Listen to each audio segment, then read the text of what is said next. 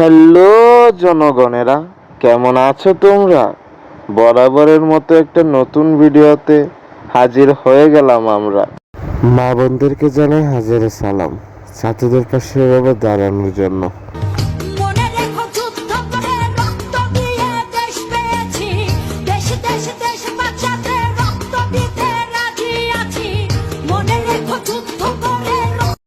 এইটা ভিডিও না, চোখের শান্তি, মনের শান্তি।